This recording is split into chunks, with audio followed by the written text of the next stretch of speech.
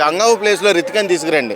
గంగవ్వ ఏం ఆడుతుంది చెప్పండి. ఇప్పుడు మనల్ని ఎంటర్టైన్మెంట్ చేయాలి. గంగవ్వ యూట్యూబ్లో చేస్తుంది ఆల్రెడీ ఎంటర్టైన్మెంట్ చాలు. మళ్ళీ బిగ్ బాస్లోకి వచ్చి పాపం ఆమెకేం చేత కాదు. ఈ పనికిమాల మాట్లాడతారు. అవన్నీ తట్టుకునే శక్తి, ఓపిక, వయసు ఆవిడికి లేదు.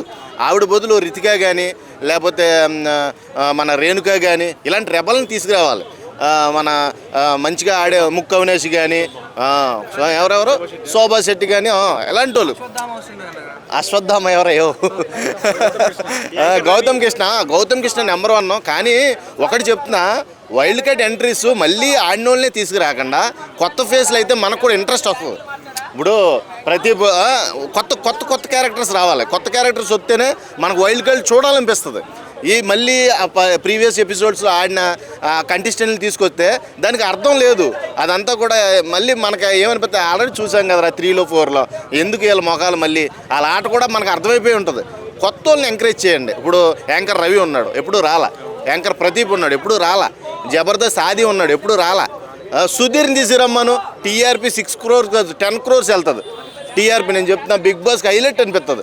ఇప్పుడు ఎలాగా ఖాళీగానే ఉన్నాడు కాబట్టి ఆయన్ని తీసుకొచ్చి ఆటని బజ్ పెంచాలి. లేకపోతే ఆ కలర్ పామేసి ఒకడిని తోలేస్తారు, ఒకడు ఎంటర్ అవుతాడు. వైల్డ్ కార్డ్ పట్టు వచ్చేస్తుంది, బలం వచ్చేస్తుంది. ఆ బలం రాకుండా ఉండాలంటే ఖచ్చితంగా మనం వైల్డ్ కార్డ్స్ని ఆపి తీరాలి. ఆపి తీరకపోతే ఖచ్చితంగా చాలా పరిణామాలు ఎదుర్కోవాల్సి వస్తుంది.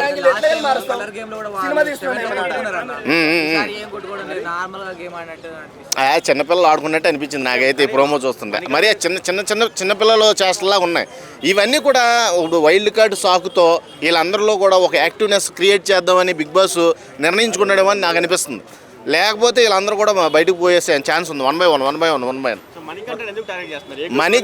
మణికంఠని యష్మి టార్గెట్ చేసింది ఈరోజు ప్రోమోలో. యష్మిని తీసుకెళ్ళి క్లాన్ కింద డిజాల్వ్ అని పక్కన పెట్టేసాడు. రే నన్నే పక్కన పెడతారా, నీ అంత చూస్తా ఉంటుంది.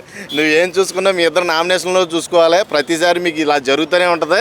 కాకపోతే అక్కడ వచ్చే వైల్డ్ కార్డులు ఏవైతే ఉన్నాయో వాటిని ఆపుకునే పనిలో ఉండండి.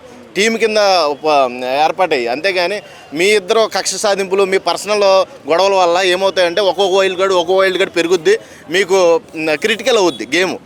అది ఆపుకోగలిగితేనే. లేకపోతే ఇప్పుడు వచ్చే కంటెస్టెంట్స్ అందరూ కూడా వైల్డ్ కార్డ్ ఎంట్రీస్ ముక్కు అవినాష్ కానీ, గంగవ్వ కానీ, గౌతమ్ కానీ, నైని కానీ చాలామంది వాళ్ళ స్టాండర్డ్ పొజిషన్ చాలా బాగుంటాయి. ఎంటర్టైన్మెంట్ పర్పస్ కూడా బాగుంటుంది. వాళ్ళు సీత మణికంఠను తీసేయడము, మరి సీతని నిఖిల్ తీసేయడం అనిపించింది.